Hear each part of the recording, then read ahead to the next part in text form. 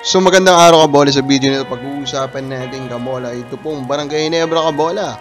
Kasi nga po kailangan daw nilang i-fill up kabola. Ito nga pong pagka-injured ni Chami Malonzo kabola. And pag-usapan din natin si Raymond Almazan kasi may update na dun sa ginawa niya pong kalokohan kabola. So hindi pa nakasubscribe, baka pindutin naman po yung subscription button. So kasi Raymond Almazan kabola, according sa sources po ng spin.ph, masususpend daw siya ng 1 game kabola kasi nga po meron palang cross dun sa PBA uniform player that player should conduct themselves proper and respectful manner kabola from the public. So with that, sapat ba ang 1 game lang?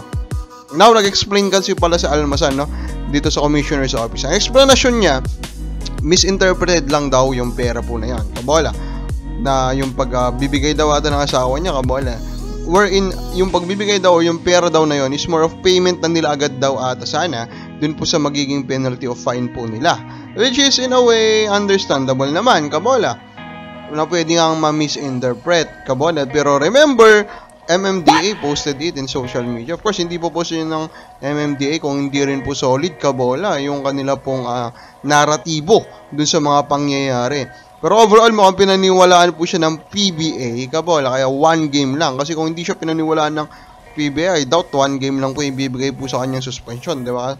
Imposible naman 1 game lang, ganun kalala. Pero overall, sabi nga nila, through time, malalaman din naman natin ano nangyari. Overall, we're still happy na at least na-suspend po siya, di ba? Again, pagpapakita po yan ng PBA kabola that they want their players po to be good role model kabola.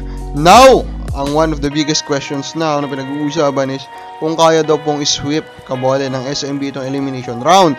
Kasi ang last po na sweep na naganap is 1 dekada na po ang nakakalipas at ginawa po yon ng karibal po ng San Miguel na TNT.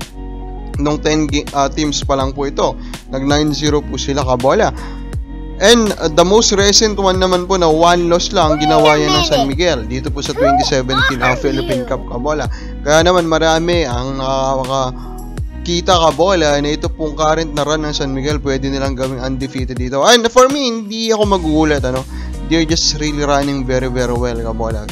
Their way they are playing right now is very smooth kabola. They are very deep. They just trust the system now of Coach George Callen, and that system is maximizing their superiority in terms of talent.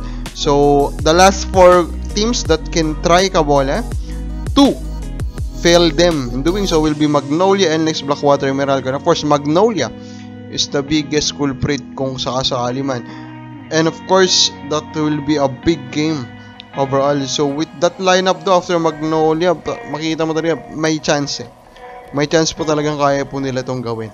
Na ito na yung 5 pangalan po from MPBL. Kasi sabi po ni Coach Tim Cone, even in the MPBL, they are also trying to look.